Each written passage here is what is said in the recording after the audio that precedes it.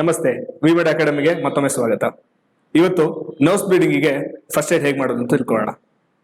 ನಿಮ್ಮೆಲ್ಲರಿಗೂ ಗೊತ್ತಿರೋ ಹಾಗೆ ನೋಸ್ ಬ್ಲೀಡಿಂಗ್ ತುಂಬಾ ಕಾಮನ್. ಸುಮಾರು 60% ಅಷ್ಟು ಜನಕ್ಕೆ ಅವ್ರ ಲೈಫಲ್ಲಿ ಒಂದಲ್ಲ ಒಂದ್ಸತಿ ನೋಸ್ ಬ್ಲೀಡಿಂಗ್ ಆಗೇ ಆಗುತ್ತೆ. ನಿಮ್ಮ ಮನೆಗಳಲ್ಲಿ ಕೂಡ ಸುಮಾರಷ್ಟು ಜನಕ್ಕೆ ನೋಸ್ ಬ್ಲೀಡಿಂಗ್ ಆಗುವಂತ ಸಾಧ್ಯತೆ ಇರುತ್ತೆ. ಇದು ಡ್ರೈ ಏರಿನ ಕಾಸ್ ಇಂದ ಆಗಿರ್ಬೋದು ಅಥವಾ ಯಾವುದೋ ಇಂಜುರಿಯಿಂದ ನೋಸ್ ಬ್ಲೀಡಿಂಗ್ ಆಗುವಂತ ಸಾಧ್ಯತೆಗಳಿರುತ್ತೆ. ಹಾಗಾದ್ರೆ ನೋಸ್ ಬ್ಲೀಡಿಂಗ್ ಆದಾಗ ನೀವೇನ್ ಮಾಡ್ತೀರಾ? ಅಕಸ್ಮಾತ್ ನೀವು ಅವರನ್ನ ಮಲಗಿಸೋದಾಗ್ಲಿ ಅಥವಾ ಕೂರ್ಸಿ ಅವರ ತಲೆಭಾಗನ ಮೇಲ್ ಮಾಡೋದ್ರಲ್ಲಿ ಮಾಡ್ತಾ ಇದ್ರೆ ಅದು ತಪ್ಪು.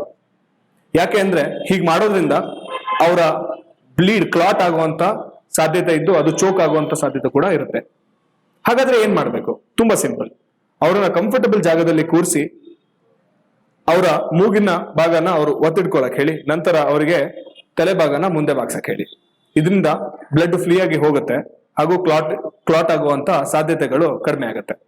ಸೊ ಪ್ರತಿ 2 ನಿಮಿಷಕ್ಕೆ ಒಂದ್ಸತಿ ಅವರ ಬ್ಲಡ್ ಸ್ಟಾಪ್ ಆಗಿದೆ ಅಂತ ಚೆಕ್ ಮಾಡಿ. ಅಕಸ್ಮಾತ್ ಮೋರ್ ದೆನ್ 15 ಮಿನಿಟ್ಸ್ ತನಕ ಅವ್ರ ಬ್ಲಡ್ ಸ್ಟಾಪ್ ಆಗಿಲ್ಲ ಅಂತಂದ್ರೆ ವಿಮೆಡ್ ಆಂಬ್ಯುಲೆನ್ಸ್ ಬುಕ್ ಮಾಡ್ಕೊಂಡು ನಿಮ್ಮ ಹತ್ತಿರದ ಹಾಸ್ಪಿಟಲ್ಗಳೇ ಅವ್ರನ್ನ ಕರ್ಕೊಂಡೋಗಿ.